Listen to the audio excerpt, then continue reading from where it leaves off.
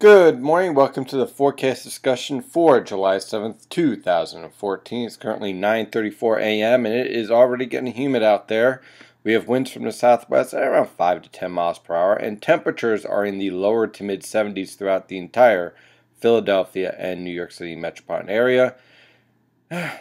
Here we go again, another hot and humid week, but in reality it's only about 3 days long. 3 days. If you notice the way that if you call it heat waves, have been setting up, they last for about 3 days. They start off on Monday, it's a little bit uncomfortable. Tuesday and Wednesday they hit their apex, and then Thursday and Friday everything backs off with cold fronts, showers and thunderstorms, and eventually just in time for the weekend, beautiful weather sets in.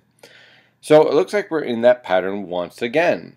And for today, we'll see a steady increase in humidity. Now, the dew points right now range from the upper 50s to lower 60s over the interior and lower to mid 60s along the coast. That's going to be nothing by the time we get to tomorrow, where our low temperatures are going to be in the lower to mid 70s. And by this time tomorrow, most likely we're going to be around 80 degrees, if not warmer, because of that hot and humid start already in the morning hours. So we're dealing with another hot and humid weather pattern taking hold for about 2 or 3 days. And really, it's not dramatic. I mean, we're talking about upper 80s to lower 90s. It is July after all, and our normal high temperature over a span of about 30 years, a 30-year norm, is the mid to upper 80s. So we're not incredibly above normal. It's just going to feel uncomfortable. So here's our surface map. You can see high pressure starting to take hold. It's way out here in the Atlantic here, and you got this nice Bermuda Ridge kind of taking hold at almost all levels of the atmosphere, except for 500 millibars, which I'll show in a moment. So you have this high pressure system in place, and what we're going to be watching are these little cold fronts. This one, and this one, and this disturbance right here. Swing through the region and produce the threat for isolated to widely scattered showers and thunderstorms each afternoon. Today it's going to be really isolated, with the focus primarily over northeastern Pennsylvania, much of upstate New York, especially the Mohawk River Valley and New England. But tomorrow, Wednesday, and again on Thursday, that threat will increase exponentially each afternoon as these cold fronts get a little bit stronger, until we see a pretty impressive pattern change take hold with a very deep trough over the eastern United States by the time we get to this weekend. On the radar, you can see for the most part, here's our showers and thunderstorms. Now here's the concern here. These thunderstorms are going to continue to track due east and basically move right along the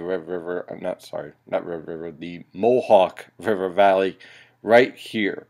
Now, the concern here is that what's called an outflow boundary, which is basically rain-cooled air coming out from these thunderstorms, will drop south and east. And what will happen is that you set up these boundaries over northeastern Pennsylvania, northwestern New Jersey, and they could spark off a few isolated thunderstorms this afternoon and evening that we'll have to keep an eye on, especially for the New York City metropolitan area. I think the Philadelphia metropolitan area misses out on the threat today because they're a little bit too far south from these complexes. But the New York City metropolitan area, Connecticut, the Hudson River Valley, northern New Jersey, northeastern Pennsylvania, these locations are at risk for an isolated thunderstorm this afternoon because of this complex passing to your north. On the infrared satellite picture, you can see very nicely here, high pressures in control, scattered cloud cover in place, and here comes our disturbances diving south and east.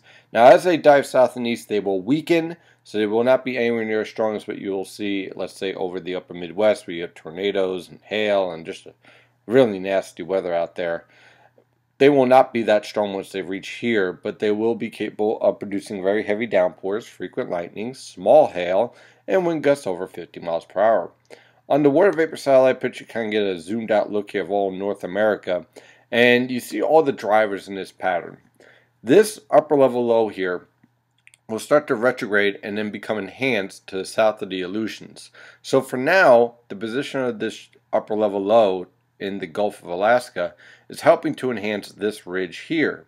However, once this upper level low sets up to the south of the Aleutians, it builds this ridge up and leads to a deepening trough over the eastern United States, which you could start to see is being carved out here. So you got one cold front here all the way in the Arctic. Keep an eye on this one. Trust me. then you got this polar cold front and this modified polar cold front. And so you're going to have disturbance after disturbance after disturbance carve out a very nice deep trough over the eastern United States as a result of this upper level low retrograding back towards the Aleutians and amplifying the entire pattern completely. Meanwhile, just to point this out, subtropical jet stream is very active with some shear, which means we really don't have much to worry about as far as the tropics. We are keeping an eye on this little disturbance here. No development over the next 5 days, I don't think, but something to keep an eye on over the next 10 to 15 days as a potential for something popping up around the southeast coast or to the north of the Bahamas. So let's take a look at the latest model guides using the Penn State EWOL website. We're going to use the European model guides for today. Again, for today, tomorrow, Wednesday, and Thursday, we're going to be in this hot and humid weather pattern with the threat for scattered showers and thunderstorms in the afternoon and evening. Again, the disturbances are going to generally pass toward north, but will start to carve out a nice trough over the eastern United States up to this point. Temperatures today on through Thursday will range from the lower to mid 70s for lows. That tells you how humid it's going to be. Your low temperatures are in the lower to mid 70s. Your high temperatures are in the mid 80s along the immediate coast and on Long Island, upper 80s to lower 90s everywhere else. The humidity is going to make the heat index feel like the mid to upper 90s, possibly even touching over 100 degrees on Tuesday and Wednesday because of the increase in humidity.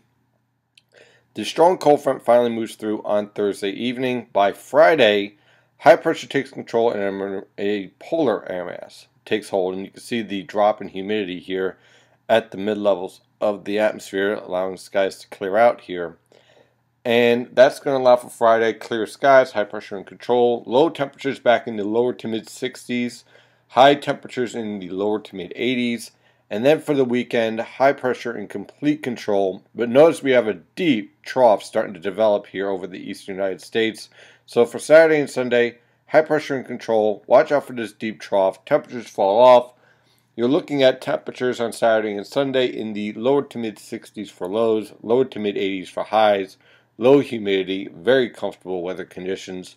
And just to kind of go past this point into early next week, you get this very deep, impressive trough lock in over the eastern United States. And as a result, we basically suppress all the heat down into the southeast, and we remain in a nice northwesterly flow via a polar air mass coming right out of the Arctic. Here we are. It just basically dives south right from the Arctic Circle right down into the eastern United States, which is pretty impressive for this time of year. Well, that is your forecast discussion for today. Of course, I'm your meteorologist, Stephen DiMartino. Follow latest weather information at nynjpaweather.com and nynjpaweather on Twitter, Facebook, Google+, and LinkedIn. Have a wonderful day, and as always, stay safe out there.